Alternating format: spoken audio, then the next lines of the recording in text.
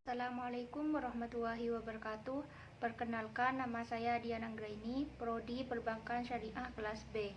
Baik, di sini saya akan menjelaskan materi tentang kias.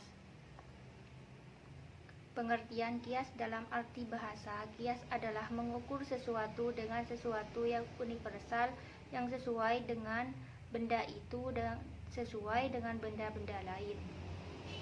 Sedangkan menurut istilah, memperhubungkan hukum sesuatu dengan yang lain karena bersatu pula di antara keduanya pada ilatnya atau sebab hukum. Qiyas merupakan contoh dari ijtihad, yaitu sebuah usaha yang sungguh-sungguh yang sebenarnya bisa dilaksanakan oleh siapa saja yang sudah berusaha mencari ilmu untuk memutuskan suatu perkara yang tidak dibahas dalam Al-Quran maupun hadis,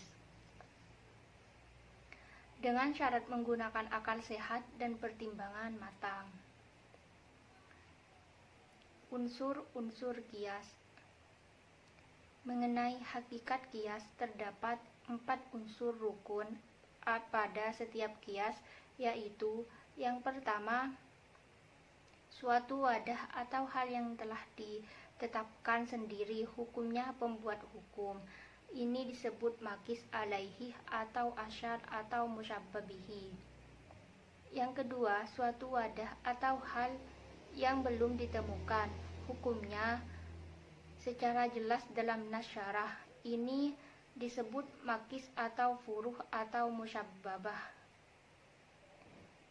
Yang ketiga, hukum yang disebutkan sendiri pembuat hukum atau syari pada asal.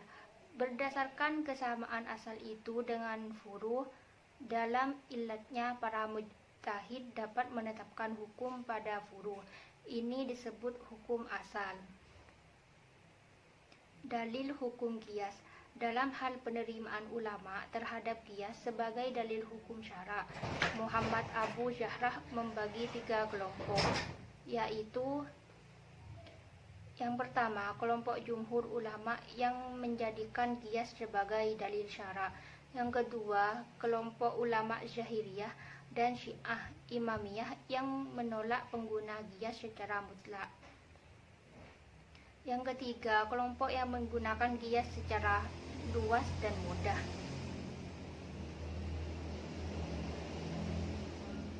Syarat-syarat qiyas.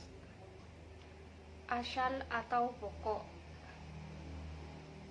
Yang pertama, adanya asal harus lebih dahulu dari cabang far'un. Asal sudah mempunyai hukum ditetapkan dengan nas. Far'un, cabang. Adanya cabang tidak boleh dahulu daripada asal. Cabang tidak mempunyai ketentuan, bukan sendiri. Ilat yang terdapat pada cabang harus sama dengan ilat yang terdapat pada asal.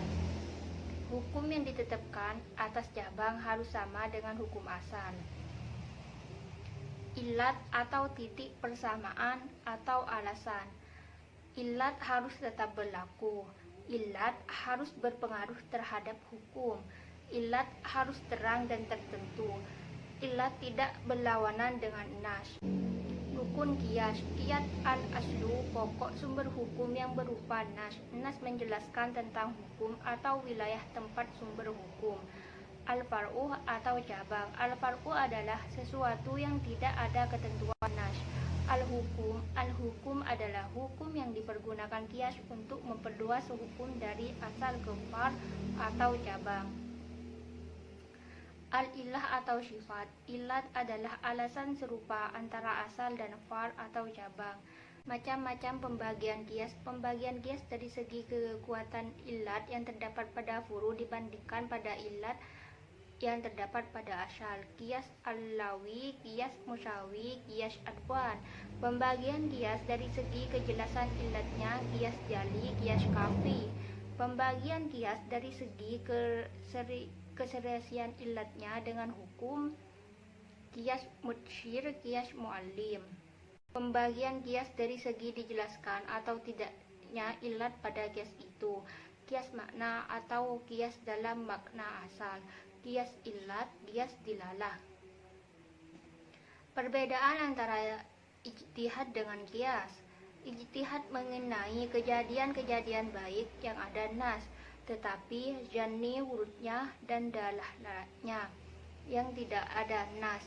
Maka kias adalah sesuatu sumber ijtihad, sedangkan ijtihad itu lebih umum daripada kias. Sekian dari saya, kurang lebihnya mohon maaf. Wassalamualaikum warahmatullahi wabarakatuh.